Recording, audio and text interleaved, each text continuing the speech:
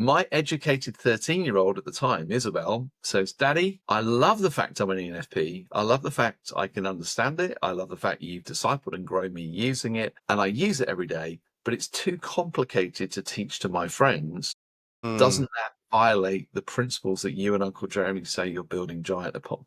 So I wow. went, well, being a pioneer, I never admit I'm wrong immediately. I just buy myself time and try and deflect blame. So I would say, Izzy, thank you for that. Let me go away and think about it and I'll come back to you. That was the genesis, Jim, of saying, you're right. MBTI is way too complicated to be the scalable solution for large organizations and teams in a world that is moving at the speed we move right now. So Voices was written in the source code. So we didn't lose any of the power of the Jedi mind tricks, but we actually created a vocabulary and language, which we found actually is meaningful enough that people go, wow, this is really helpful, but Yeah. it's scalable enough that basically you don't have to have an expert in the room every time you use the vocabulary and language.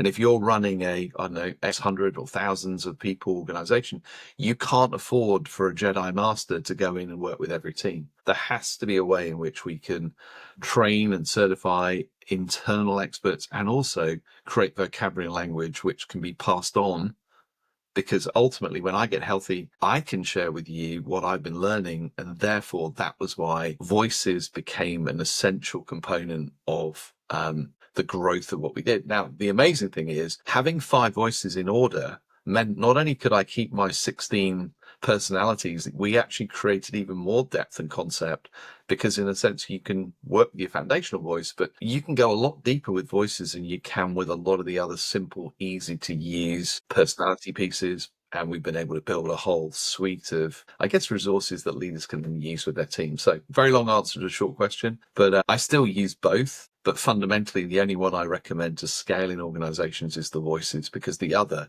just usually ends up getting abused. Somebody becomes overly keen and starts telling Yeah. everyone what they are. And then people feel they're being, manipulated, or somebody is. The therapy is only as good as the therapist when they're complicated.